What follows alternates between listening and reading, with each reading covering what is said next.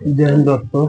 अभी हमारे माननीय मुख्यमंत्री नीतीश कुमार जी इस्तीफा देकर राज्यसभा जाएंगे। तो देखिए, अगर जैसे मुख्यमंत्री जी इस्तीफा देंगे तो सारे मंत्री का भी इस्तीफा हो जाएगा।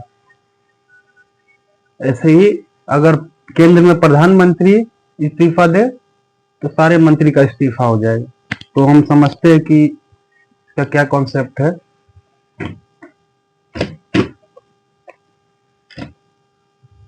देखिए, लगभग 20 सालों से बिहार में, लगभग 20 सालों से, वर्षों से बिहार में सीएम पद पे मुख्यमंत्री जी नीतीश कुमार। एक अपवाद हुआ था, कुछ समय के लिए बने थे, लेकिन वो भी इनके सहयोग से ही बने थे। लेकिन अगर हम सोचें तो लगभग 20 सालों से मुख्यमंत्री नीतीश कुमार वहाँ बिहार का सीएम बने हुए हैं।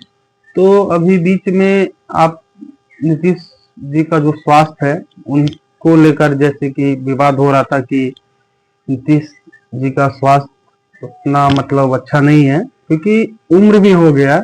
जैसे अमेरिका में बाइडन जो राष्ट्रपति है वहां पे, उसके लिए आवाज उठ रहा था, क्या कोई राष्ट्रपति देश का राष्ट्रपति बन सकता है अस्वस्थ होने के बाद? ये वहां पे विवाद बना हुआ था।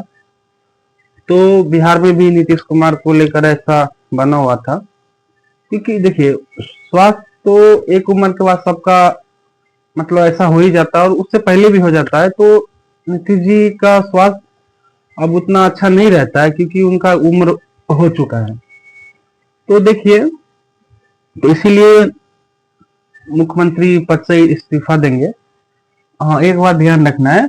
जैसे पहला बात, अगर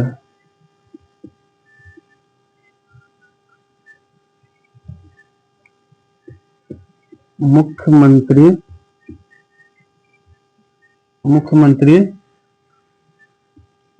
इस्तीफा अगर मुख्यमंत्री इस्तीफा दे दे तो सारे मंत्री का इस्तीफा होगा।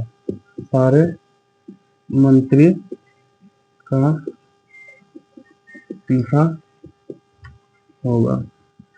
तो फिर से मतलब मंत्री पद का शपथ लेंगे सीएम के साथ साथ, जो नया सीएम बनेगा।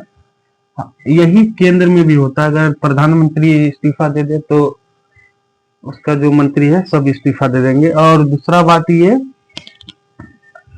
कि अगर कोई मंत्री मुख्यमंत्री छोड़ के, अगर जैसे मान लीजिए रक्षा मंत्री होगा या कोई मंत्री होगा, अगर मंत्री इस्तीफा दे इस्तीफा दे दे तो सिर्फ उसी मंत्री का इस्तीफा होगा। और मुख्यमंत्री चाहे तो फिर से उस जगह पर दूसरे को बना सकते हैं, लेकिन मुख्यमंत्री और प्रधानमंत्री के मामले में ऐसा नहीं होता है। और दूसरा बात ये देखिए, अब जो होगा, पहला बात ये कि मुख्यमंत्री कौन बनेगा ये बात हमेशा ध्यान रखिएगा। ये जो जनता होता है ये नहीं डिसाइड करता। भले चेहरा बता दिया जाता है कि जैसे नीतीश कुमार जी सीएम बनेंगे, ये सबको पता था, लेकिन संवैधानिक तौर पे ये अधिकार जनता के पास नहीं है। ये अधिकार जो अलग अलग क्षेत्र से विधायक चुनके जाता है उसको ये अधिकार है कि वो किसको मुख्यमंत्री बनाएंगे। ठीक है, ये बात ध्यान रखना है। मुख्यमंत्री जनता नहीं तय करता है, वो क्षेत्र का जो विधायक होता है अलग अलग क्षेत्र, वो अपना पार्टी में विचार परामर्श करके वो मुख्यमंत्री को बनाता है। तो यही दो तीन संवैधानिक बात था जो मैं सोचा कि बता देता हूँ। और देखिए, आगे मुख्यमंत्री का चेहरा आने वाला और हमारे मुख्यमंत्री जी जा रहे राज्यसभा में। बहुत लंबे कार्यकाल था और हमारे जो मुख्यमंत्री का कार्यकाल है वो ध्यान रहेगा, क्योंकि जिस गड्ढे में, मतलब गड्ढे कह सकते, बिहार का जो मतलब बिहार का शासन जो संभाला था वो बहुत बिखरा हुआ था। लगभग अगर जब मुख्यमंत्री जी आए थे तो अगर शिक्षा में हम बात करें, जो शिक्षा का जो परसेंटेज था वो लगभग 40% के आसपास था 2004-5 के बीच, अभी 79 से 80% के बीच में। क्योंकि नीतीश कुमार जी ने शिक्षा हो गया, महिला सशक्तिकरण हो गया, और अलग अलग क्षेत्र में बहुत ही मतलब अच्छा काम किया है। तो उनका जो योगदान है उसको भुलाया नहीं जा सकता है।